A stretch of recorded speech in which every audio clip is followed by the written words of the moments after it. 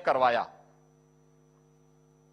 कि आपका अकाउंट हम भारतीय स्टेट बैंक में खुलवाएंगे और भारतीय स्टेट बैंक में आपका पूरा मानदेय जाएगा, आप जब भी उसको निकालना चाहेंगे निकालिए, लेकिन अगर कोई घटना दुर्घटना हो जाए, कोई विकलांगता का शिकार हो जाए तो उस परिवार को बैंक तत्काल 2 लाख रुपए की सहायता उपलब्ध करवा देगा।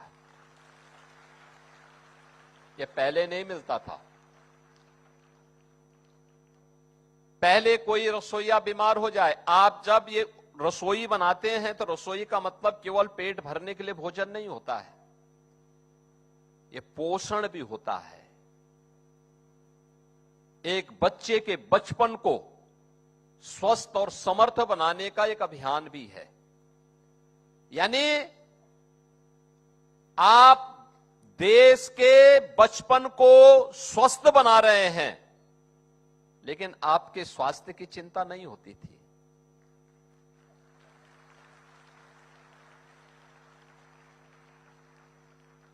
पहले क्या होता था,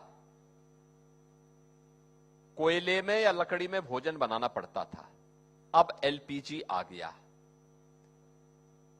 यानी धुएं से मुक्ति, ये प्रधानमंत्री मोदी जी का अभियान था। और अब प्रदेश सरकार ने कहा नहीं, धुएं से मुक्ति तो है, उससे स्वास्थ्य के लक्ष्य को तो प्राप्त किया ही गया है, लेकिन साथ साथ अगर रसोइया या उसके परिवार का कोई व्यक्ति अस्वस्थ हो जाता है तो सरकारी हॉस्पिटल के अलावा इम्पैनल्ड किसी भी प्राइवेट हॉस्पिटल में जाकर के वो उपचार करवा सके। 5 लाख रुपए प्रति वर्ष, उसको 5 लाख रुपए तक की स्वास्थ्य बीमा हम उपलब्ध करवाएंगे। यानी 5 लाख रुपए का प्रति वर्ष आप लोग अपना उपचार किसी भी इम्पैनल्ड हॉस्पिटल में करवा सकते हैं, कोई आपको मना नहीं कर सकता। ये आपको पहले कभी नहीं मिला, ये भी उपलब्ध करवाया जा रहा है। और चौथा जो मैंने आपको बताया, अब तक आपको साल भर में एक बार 500 रुपया मिलता था ड्रेस और साड़ी के लिए, अब हम इसको 1000 रुपया और 1000 रुपया कर दे रहे हैं। यानी 500 रुपए को दोगुना करने का काम, एक साथ 4 सुविधा का लाभ एक साथ मिल रहा है। संख्या भी कम नहीं है आपकी, 3,53,000 से अधिक। पहले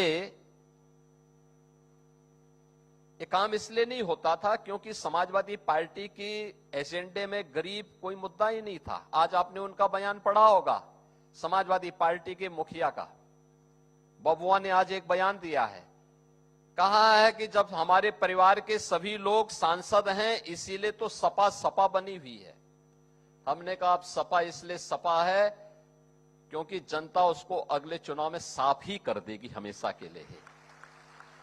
एक गरीबों का शोषण करते हैं केवल अपने परिवार की खातिर। इन्होंने लूटा है, प्रदेश को गुंडा प्रदेश बना दिया था, गरीबों की जमीनों पे कब्जा करते थे, बेटी की सुरक्षा में सेंध लगाते थे, कोई सुरक्षित नहीं था, रोज दंगा, रोज फसाद। पर्व और त्योहार के पहले लोगों की खुशी छीन ली जाती थी, प्रदेश विकास ठप था, विकास के कार्य नहीं हो रहे थे। इसलिए नहीं हो रहे थे क्योंकि प्रदेश के पास कुछ था ही नहीं। आज आप देखते होंगे, कोई बेटी की सुरक्षा में सेंध लगाएगा, किसी बहन को छेड़ेगा तो मान के चलिए कि यमराज के घर जाने का उसका रास्ता तय हो गया है, अब नहीं छेड़ सकता। एक सुरक्षा की गारंटी आधी आबादी को, दंगा मुक्त और कर्फ्यू मुक्त यूपी, तो विकास हो रहा है। अब स्कूल अच्छे दिखाई दे रहे हैं, वे लोग कर नहीं पाए थे लेकिन आक्षेप जरूर लगाते हैं।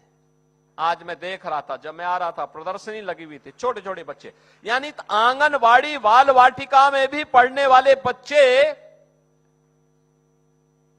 अक्षर ज्ञान उनको है, वाक्य विन्यास कैसे होता है, ये निपुण भारत अभियान की सफलता को बताता है। अब ये केवल तीसरी क्लास तक नहीं बल्कि 5वीं क्लास तक सीधे आगे बढ़ रहा है। 6ठी, 7वीं, 8वीं के बच्चे अब कुछ नए अभियान के साथ आगे बढ़ रहे हैं। पहले उनकी यूनिफॉर्म कैसे लगती थी, बहुत खराब, और अब तो 2 यूनिफॉर्म हर बच्चे को उपलब्ध करवाई जा रहे हैं। बैग दिया जा रहा है, बॉक्स दिया जा रहा है, जूते मोजे बच्चों को उपलब्ध करवाए गए हैं। हर बच्चे के लिए साल भर में स्वेटर की व्यवस्था भी है। अब कोई गरीब का बच्चा सर्दियों में, भीषण सर्दी में ठिठुरते हुए स्कूल में नहीं आएगा, बल्कि स्वेटर पहन करके स्कूल में गरीब का बच्चा भी आएगा।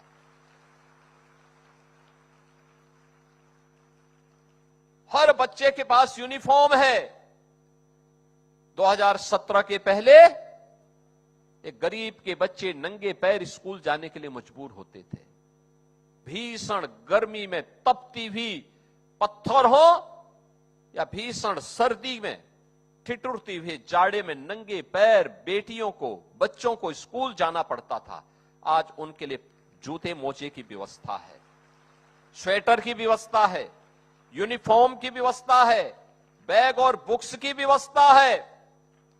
इन सब के लिए चिंता करनी पड़ती है। जब हम लोग दिन में 18 घंटे कार्य करते हैं, एक एक योजना पे चर्चा करते हैं, एक एक विभाग के कार्यों को आगे बढ़ाने में योगदान देते हैं, तब परिणाम आते हैं। और जब बबुआ की तरह ही कोई 12 बजे सो के उठता, 2 बजे तक तैयार होता, 5 बजे जिम जाता और फिर 7 बजे वापस आकर के उनकी अपनी महफिल जम जाती, तो कहां प्रदेश के लिए समय है। पहले यही होता था, प्रदेश के लिए समय नहीं था। लेकिन अब प्रदेश के लिए पर्याप्त समय सरकार के पास है। जनता जनार्दन की समस्या का समाधान का रास्ता भी है और प्रदेश को आगे बढ़ाने में कोई भी योगदान दे, रसोईया हो, आंगनबाड़ी हो, आशा वर्कर हो, गांव का चौकीदार हो, होमगार्ड का जवान हो, पीआरडी जवान हो, इन सब के मानदेय में वृद्धि करने के साथ साथ इन्हें सम्मानजनक ढंग से आगे बढ़ने के लिए भी हम तैयार कर रहे हैं। आपने देखा होगा पिछले दिनों हमने शिक्षा मित्रों के मानदेय को ही बढ़ाया, अनुदेशकों के मानदेय को ही बढ़ाया। उन्होंने तो केवल मानदेय की मांग की थी। हमने कहा मानदेय के साथ साथ आपको हम कैशलेस सुरक्षा की व्यवस्था भी दे रहे हैं और साथ साथ सामाजिक सुरक्षा की गारंटी भी उपलब्ध करवा रहे हैं। यानी अगर कोई घटना दुर्घटना हो जाए तो नगद धनराशि भी परिवार के लोगों को प्राप्त होगी।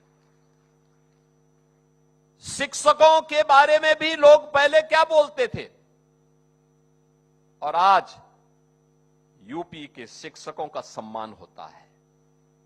यूपी तो प्रारंभ से ही बड़ा समृद्ध रहा है। देश भर में, कम से कम उत्तर भारत के तो विभिन्न राज्यों में, पूर्वोत्तर भारत के राज्यों में हम लोग जाते थे तो इस बात की चर्चा होती थी कि वहां के शिक्षक कहां से आए हैं। यूपी से। अरुणाचल प्रदेश में यूपी के शिक्षक, मध्य प्रदेश में यूपी के शिक्षक, राजस्थान में यूपी के शिक्षक।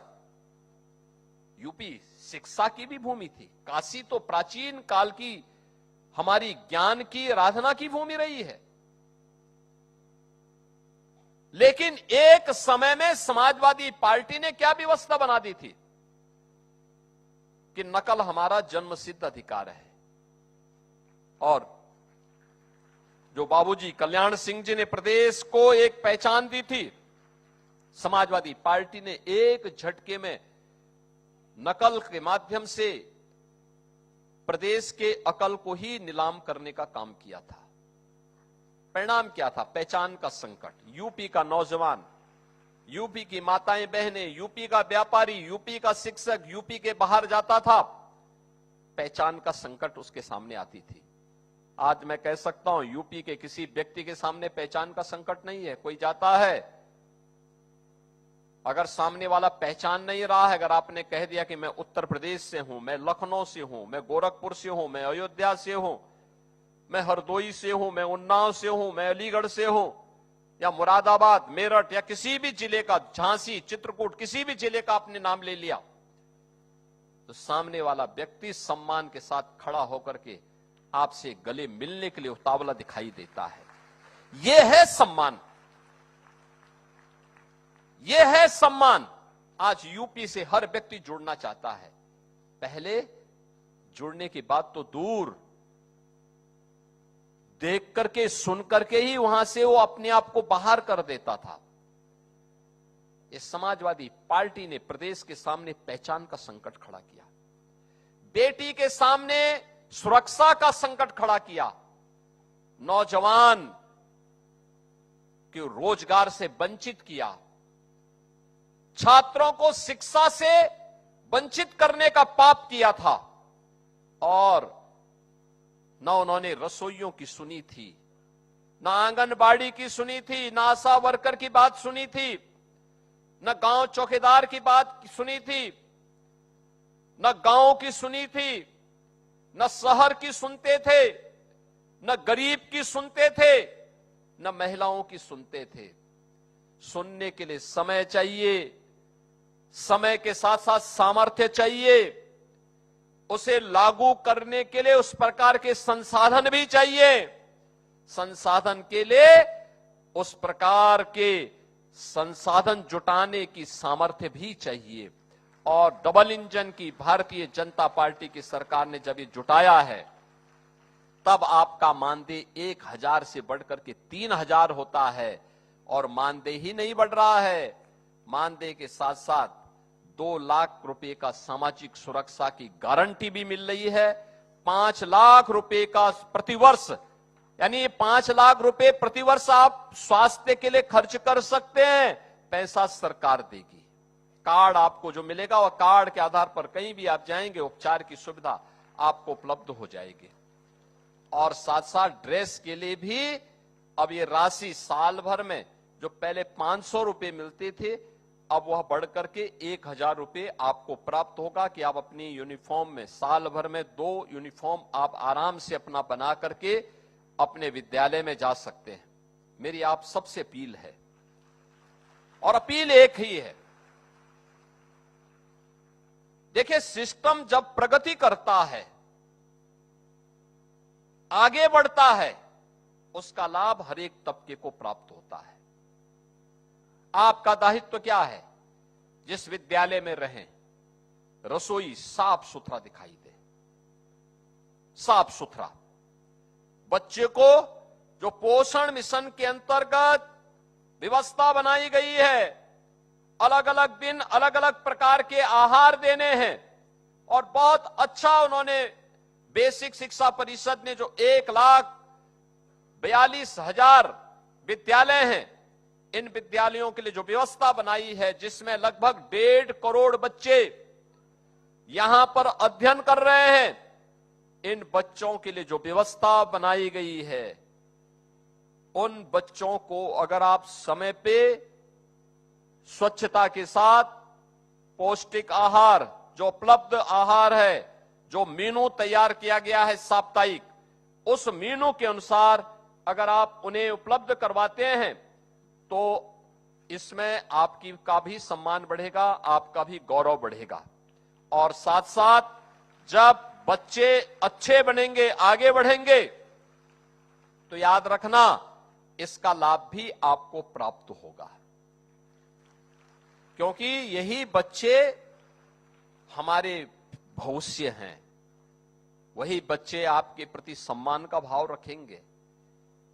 अगर हमने लापरवाही की, कहीं फूड पॉइजनिंग न होने पाए, कोई दुश्मन कोई वहां पर ऐसा कार्य न करने पाए कि जिससे आपको संदेह के दायरे में लाना पड़े, गंदगी रही, या कभी कोई कीड़ा या कोई छिपकली भोजन में गिरे, ये लापरवाही होती है, जीवन के साथ खिलवाड़ है ये।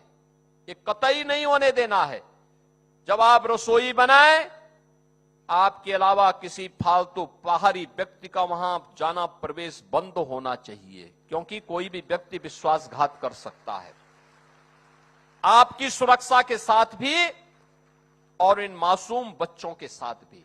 हमें किसी को खिलवाड़ करने की छूट नहीं देनी है।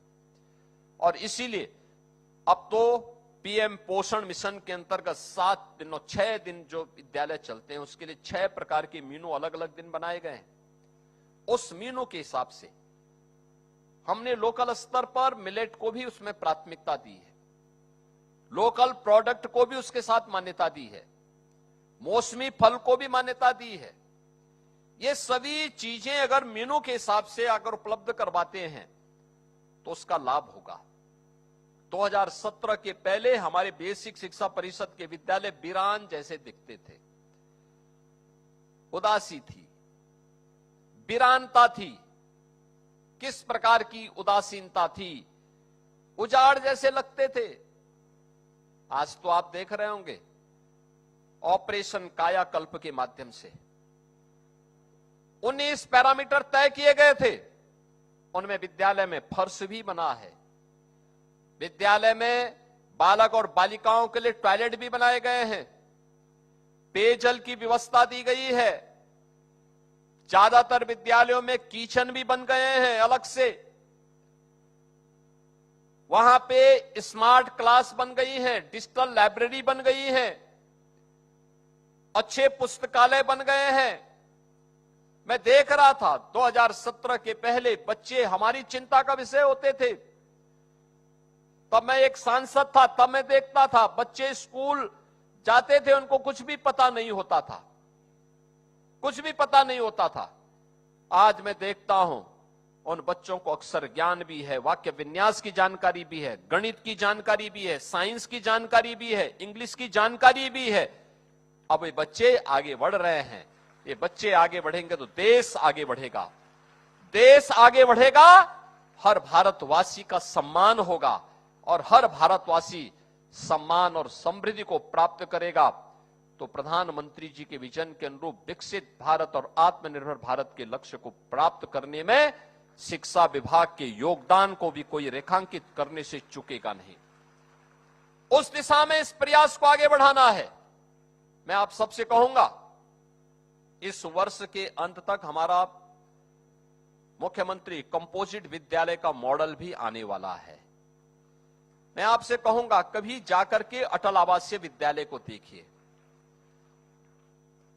इस डबल इंजन की भारतीय जनता पार्टी की सरकार ने अंतिम पायदान पर बैठे हुए व्यक्ति के बारे में भी सोचा है, श्रमिकों के बच्चों के बारे में। कोई पूछता था? वे बच्चे घूमते रहते थे। आज हम उन बच्चों को 18 कमिश्नरी में 18 विद्यालय बना करके, आवासीय विद्यालय बना करके वहां लाए हैं। 18,000 बच्चे उन विद्यालयों में अध्ययन कर रहे हैं। याद करिए कोरोना कालखंड, मैं आपका अभिनंदन करता हूं। उस समय